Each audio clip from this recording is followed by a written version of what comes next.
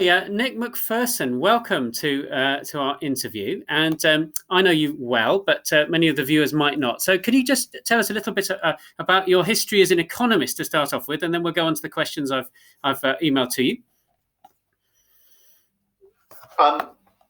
Well, I studied economics in the late 70s at university, early 80s. And I then worked as an economist for various organizations, including the Confederation of British Industry, the employers' organization. And then I joined the Treasury as an economist in 1985 and worked as an economist there for several years. And then increasingly moved over to jobs in the Treasury, which were not classified as economist jobs, but it was kind of helpful to have been an economist because most issues which the Treasury deals with, economics is quite useful. Okay, so you spent nearly 10 years as permanent secretary at the Treasury. So to the uninitiated, what is that? What did you do? And were there any other interesting jobs you'd like to tell us about? The permanent secretary is the most senior permanent official in the department. So you have politicians who become ministers who are democratically elected. So, for example, at the current time, Rishi Sunak is the Chancellor of the Exchequer. So he is the Minister of Finance. He is in charge, but he is supported by the civil service, which is impartial, is there to serve governments of all persuasions. And as permanent secretary, I was in charge of the official side of the Treasury, the civil service part of the Treasury. So you were the Treasury's Sir Humphrey to Yes Minister fans? Yes, I was. When I used to work for Ken Clarke in the 1990s, and occasionally when we were abroad, he would introduce me as Bernard, the equivalent of Bernard, because people in those days watched Yes Minister all around the world. I wasn't going to use that descriptor because I was worried that your students, were unlikely to have watched a program which was on television 30 to 40 years ago. Well, I think it's the sort of thing that students sometimes watch in their summer lessons when learning is over. So if they're doing politics, I would put money on them having watched it. But anyway, they can always look it up. It's a good watch, isn't it? Okay, so you were leading the Treasury during the last major economic crisis, if I've got my dates right. And I just wondered what your most vivid memories were of 2008, 2009, that time. Well, my main memory was the speed with which the financial crisis built up. Over the course of about a week, we went from having what appeared to be banks which may have had the odd problem, but they appeared to be solvent and safe. And within a week, as confidence evaporated, it became quite clear that none of these banks were safe. And so I think it's the speed with which confidence can change, the speed with which the outlook for the economy can change. Okay. And that crisis but also, that's the sort of economic response, but the sort of personal, it's always the human issues, actually, which are the ones which stick in your memory. So I can remember turning up for a meeting at 5 o'clock in the morning at number 11 Downing Street. The reason why it had to be at 5 o'clock in the morning was this followed a long negotiation over a weekend in relation to the banks. And it was important that the government announced to the markets on the Monday morning what the government was planning to do. So I was sitting in this room, number 11 Downing Street, with the then Chancellor of the Exchequer, Alistair Darling, and his closest advisors. And the big issue was that we needed to talk to Gordon Brown, who happened to live. One of the strange things about the geography of Downing Street is that the Prime Minister these days lives in the flat above number 11 Downing Street. So he was upstairs. And the big question was, who was going to go and wake him up? And there was just quite a long debate. And finally, it was agreed that his political advisor, who you may remember, Shriti Vadera, was the person who was brave enough to go upstairs and wake him up. And in the process, managed to trip up over his children's toys. And there are a whole lot of issues. But that is etched in my memory. I mean, it does sound a remarkable time. I've read Alistair Darling's autobiography of that period. I think it's called Back from the Brink, and he basically introduces it like a thriller. And things could have collapsed, and I didn't know how it was going to go. So it sounds like you had similar memories of dramatic days. What lessons do you think we can learn from that crisis that might apply to this new and very different one?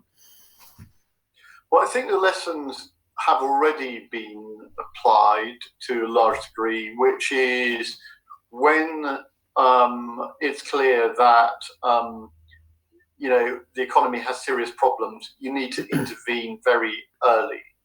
And I think with hindsight, the authorities, in particular the Bank of England, but you could also argue the Treasury, was too slow to intervene in terms of things like cutting interest rates. Yeah. And I was very struck at the moment that this crisis struck, the Bank of England has intervened on a massive scale in terms of what is known as quantitative easing, which is effectively how you get more and more money into circulation. And similarly, I think the Treasury this time around has done a good job in intervening early, for example, in introducing the furlough scheme, introducing cuts in business rates for business, grants, loans, the whole thing. I think that normally crises are you get long intervals of time between them.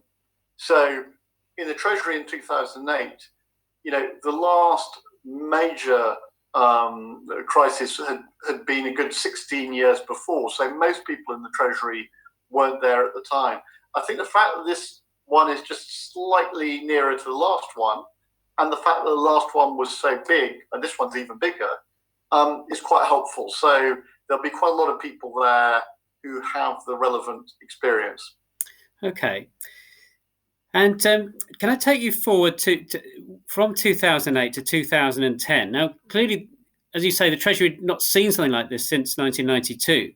But how did it have to adjust its principles and its practice when it was faced with a crunching end to the boom years, and in 2010, a change of government as well, and the start of the austerity years? Well, it was... look, politics is always about difference, and I think forever afterwards, Mr. Cameron and Mr. Osborne will be associated with the policy of austerity. What people forget is that the Labour government too was planning to reduce the size of the deficit.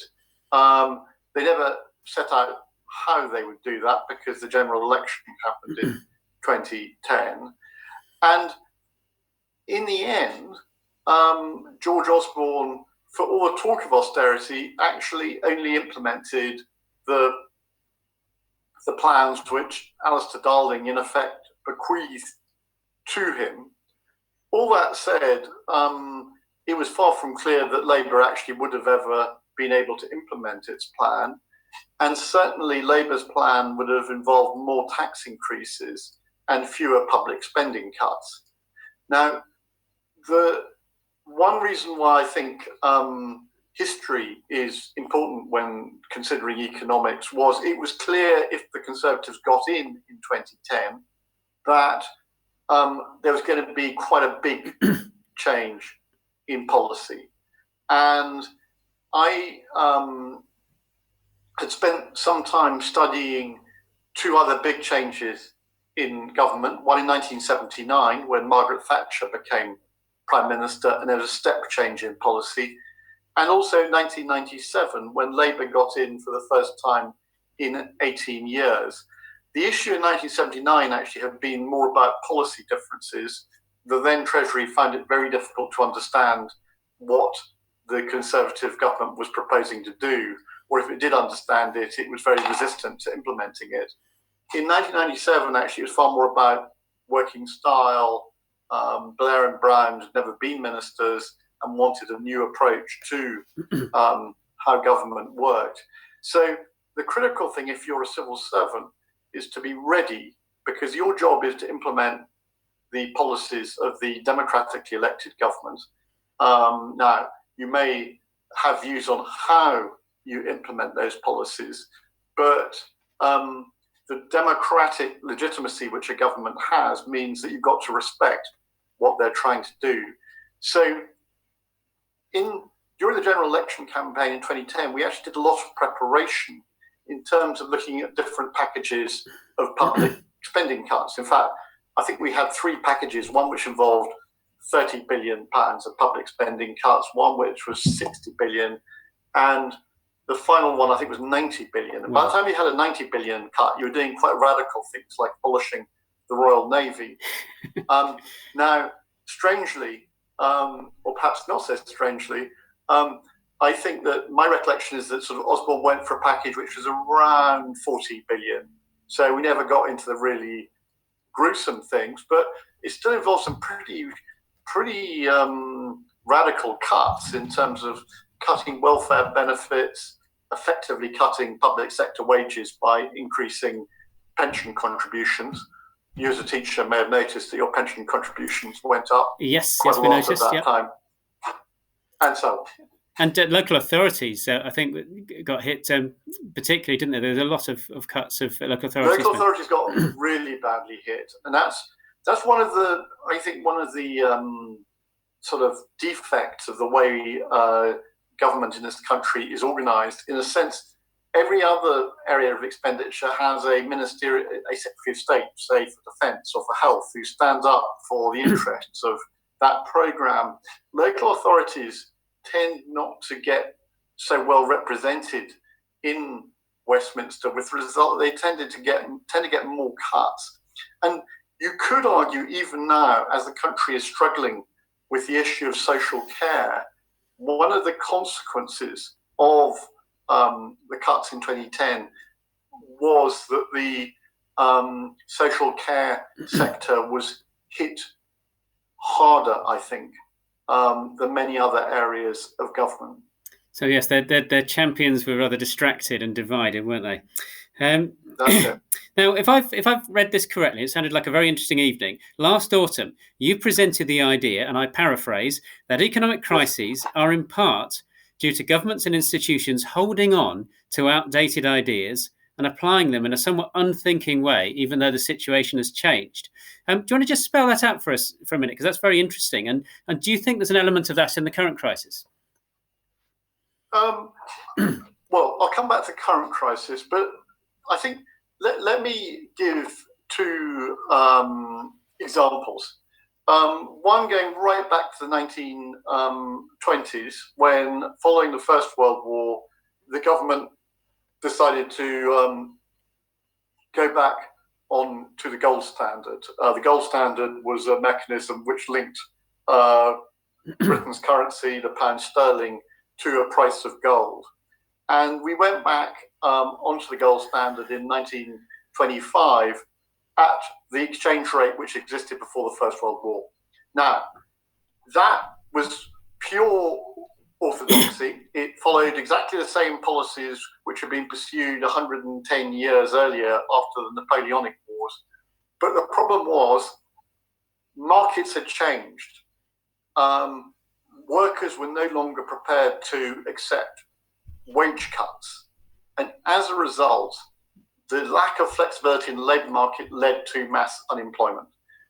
More recently, if you go back to around about 1990, Britain linked the pound to the German currency, the German Deutschmark. And there's this assumption that you could hold an exchange rate fixed. But what that didn't take into account was that the size of financial markets had grown so much that government was poorly placed to hold that exchange rate parity. And it's very striking that something happened then called Black Wednesday when we fell out of this exchange rate arrangement. And nobody since then has sought to link the pound to anything. So I just give those as examples where I think government had hung on to policy ideas for too long and had failed to realise that the world had changed. Now, coming to this crisis, I think it's still too early to tell whether the government has handled it well or badly. I mean, it's been very clear it's going to do whatever it takes to try and support the economy. If it succeeds, it may be that actually the economic cost of this crisis is quite small. On the other hand, it may find that it's got it wrong, in which case it could be very expensive indeed. I think this is why, sorry, I'm just going to do a quick plug for economics now. This is why I think studying economics is so interesting. And those of you who are watching this video or webcast or whatever it's called, yes, it's terrible times, but at no point in my life has economics been more interesting than it is now. Absolutely. I mean, it's an interesting point about orthodoxy, because you remember I largely worked on the international side of the Treasury. And every time there was a crisis, which was much more frequent than the UK crisis, so Asia or Russia or Turkey or Iraq or whatever, there would be a new set of lessons to learn and a new set of either new institutions or adaptations to the old institutions. But it was always solving the last crisis. It was always closing the stable door rather than looking ahead and saying, well, what might be coming next that we haven't thought of? And I thought your comments were really interesting in that respect. So scanning the horizon rather than looking over your shoulder. I do think I agree with you on that, and I think democracies are quite bad at doing that because governments are always under so much pressure to get elected. They're very focused on the short term rather than the long term, and because there's always pressure on the public finances, they're reluctant to invest in greater capacity. So it doesn't surprise me that Korea is having a better coronavirus crisis than Britain. And that's because Korea got very badly affected by viruses like SARS earlier, a few years back, whereas they didn't really happen in Britain. And therefore we were, I think, a bit complacent and just thought it wouldn't happen here. Yeah, I think there's an awful lot of truth in that. I've heard all sorts of theories about whether there's a precedent for this crisis, how long since we've had such a bad one. Do you have any views on that? Is there a precedent for this sort of, someone called it the other day, putting it into a medically induced coma? There are things like the Black Death and the Great Plague. I hope it's not like the Black Death, because the Black Death went on for about 100 years. And it had a massive effect on the English economy back in the 14th century. And actually one of the really positive things which came out of it was that it really weakened feudalism and pushed up the wages of those people who were lucky enough to survive. But no, I mean, the last time we had a major pandemic was the so-called Spanish flu in 1918 to 1920. But looking back at the history of that is that there wasn't any lockdown. There was hardly any quarantining at all. And that may well have resulted in a lot more deaths, but it had far fewer economic consequences. Very interesting. Okay. Now, when I knew you, worked with you, you were the guardian of the nation's public finances. And I just wonder if you think there was any alternative to the massive hit to public finances that coronavirus will cause, including, of course, the government's response to it, like the job retention scheme and abolishing business rates for a while, that sort of thing. Well, I mean, the government has chosen to intervene on a very large scale. I mean, I should make clear that there are people arguing that it should be intervening on an even bigger scale than that. I mean, I think it's fair to say the opposition, the Labour Party, are criticising the government for not doing enough rather than for doing too much. But it's hard to say. I mean, if you look if you look at France, Germany, Italy, Spain, all countries which are roughly the same size as ours, they tend to be doing broadly the same thing. I think it's fair to say the only outlier has been Sweden, which has chosen not to go for a full lockdown approach. But Sweden's a very open economy, by which I mean it's very dependent on exports. Trade with other countries is very important. And the problem is you can keep your economy going, but if everybody else is closing down their economy, you're still going to get hit. And there's an article in the newspaper this morning which argues that actually the economic effect of coronavirus is pretty much the same on Sweden as it is on Norway and Finland, its neighbours, even though Norway and Finland have gone for lockdown and Sweden hasn't. So I think we'd be pretty badly hit, quite frankly, whatever we do. I wouldn't criticise what the government is doing on the economy at the moment. I think there'll be plenty of scope for analysis further down the track about, did it do too much, did it do too little? I think it's quite difficult to tell at the current time. Okay. Well, I think it's fair to say that we're likely to face a triple-digit debt to GDP ratio for a number of years to come, and you weren't far off that in I guess in your worst years, the austerity years. What did you learn leading the Treasury through the austerity years about tackling a big debt problem like that? I think you've got to take a long view. If you try and do it too quickly, you risk losing the support of the citizens of this country, the voters, the taxpayers, whatever you want to call them. If you do it too slowly, you risk never really having an impact. I think there are sort of two precedents from history I would look at. The first goes back to the early 19th century when Britain had fought a very long war against Napoleon and clocked up very big debts. What happened then was governments over a 90-year period, year by year, slowly reduced the national debt. So by the time you got to the beginning of the 20th century, that debt had become really quite small. It was helped by the fact that, the early 19th century was the period when Britain was, leading the world in terms of economic expansion. The Industrial Revolution had happened and so on. So it was as much down to economic growth as it was to public expenditure cuts. In fact, I suspect public expenditure wasn't cut during that period, but governments were very careful.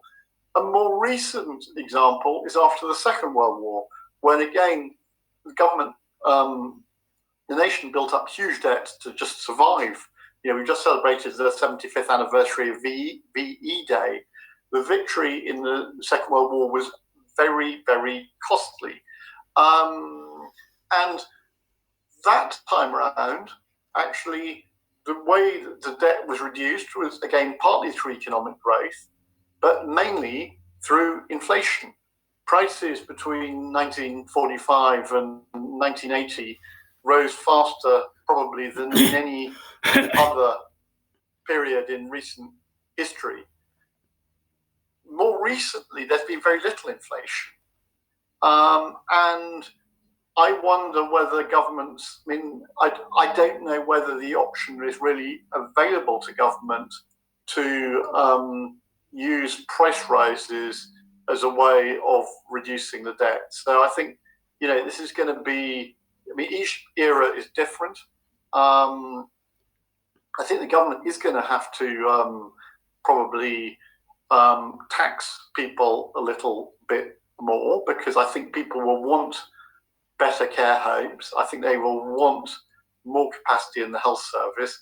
And I don't think public opinion will be very supportive of cutting nurses or doctors' pay. So I think, we are entering a period where we're going to be spending probably quite large amounts of money. Some of that is going to have to be met through taxes. Some of it will be met by borrowing, but over time, the government will want to reduce that debt because you don't want to have hundreds of percent of debt in relation to our national income. It just becomes quite risky. Okay, can I just follow up? This isn't on the list, but you mentioned there inflation as a way of paying down debt. Now, presumably, you mean that as prices go up, the real value of the debt falls, that it becomes cheaper relative to prices. Do you think there would be circumstances in which the government would change the inflation target in order to maybe finance its public debts? I mean, it's conceivable. There is a debate amongst economists about whether creating more inflation will help get the economy to grow, result in more expansionary policies by government, which will support economic activity. And certainly some American economists have argued that we should swap the current target of 2% for something higher, like 4%. I just wonder, given the sort of labour market we have in Britain nowadays, how easy it would be to get inflation up to a higher level and keep it there. I can see, I mean, in the end, if the Bank of England just printed ever more amounts of banknotes and handed them out to all of us, and we spent them without earning or without doing any productive activity in exchange for those banknotes, I think you can get inflation up. The problem historically is when governments really resort to the printing press when it comes to printing money, is you tend to get an overshoot in inflation. It doesn't just go up to 4%, it just goes up and up and up. And the classic example being Germany, after the war, when people would bring wheelbarrows full of Deutschmarks to the market. And we've seen that in Latin America more recently too. And so it's quite difficult to control these things. Once you kind of let the genie out of the bottle, getting him or her back in the bottle is quite challenging. Well, printing your money to pay your debts, I think, has been described as pretty addictive. And as you say, there's the Zimbabwe's and Venezuela's and most of the former Soviet Union to attest to that. You were recently on record, you made some comments about this a moment ago, that the best way historically, or the most frequent way to reduce the national debt is through growth. And that the key to this is productivity. So I wondered if you could talk us through that and what its implications might be for policy. Yes, I think there's a tendency in modern debates about the economy to focus very much on the demand side, how much in macro terms the government's spending, how much money the Bank of England is injecting into the economy. Actually, countries which succeed in the long run tend to be ones who have, for want of a better term, a very efficient, successful supply side. Now, how would I define supply? It's about how productive the working population is. Some of that will be to do with things like infrastructure. If you've got a really good road system and a rail system, goods can be transported quickly and people can move quickly around the country. Some of it is about things like, is the economy good at innovation? Are we at the cutting edge of technological development? A good example of that is California, where you have this extraordinary clustering of technology firms. But much of it, I would argue, is about the skills levels of the working population. And we've always had a very good university system in Britain. Where I think we have tended to underperform is at skill levels which one wouldn't necessarily associate totally with university. And here I'd use the example of Germany, which historically has managed to develop skilled workers in a way which means that they are a lot more productive. And some of that is to do with the further education system. Some of it is to do with our employers. German employers tend to be far more committed to developing their workers and employees than British ones, who tend to think it's the government's responsibility. I wish I could say this is a problem which is easy to solve. If you look back at reports in Britain going back 100 years, they're always bewailing the skills levels of British workers and saying, I wish they were more like Germany.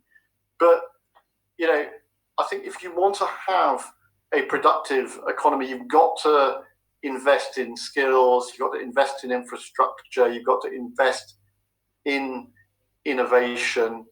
Probably also want to have a sensible tax system which supports productive activity as well. Thank you very much. Well, penultimate question. Do you think this current crisis will rip up the economic rule book, or is it simply a new chapter? I think it's a new chapter. I think I wouldn't claim there are any universal truths. There certainly aren't universal laws in economics, but generally, government can do things in the short run to smooth the trade cycle, but what they can't do is abolish it. Gordon Brown in the mid 2000s made the mistake of being quoted. Don't know if he actually ever said it, of saying that he had abolished boom and bust. That is a dangerous thing to say, and it's partly to do with human nature, but it's also to do with events. We are experiencing an extraordinary event at the moment, this pandemic, and so the government can ameliorate, it can improve the situation, but it can't solve it. And in the end, there are issues around supply and demand and the way markets work. I'm confident we will get through the current crisis. In the end, economic activity will pick up and employment will pick up. But I think it's fair to say we're going to experience a good 18 months to 2 years of quite serious economic dislocation. And we've got to accept that. Thank you. Well, the final question is about learning economics.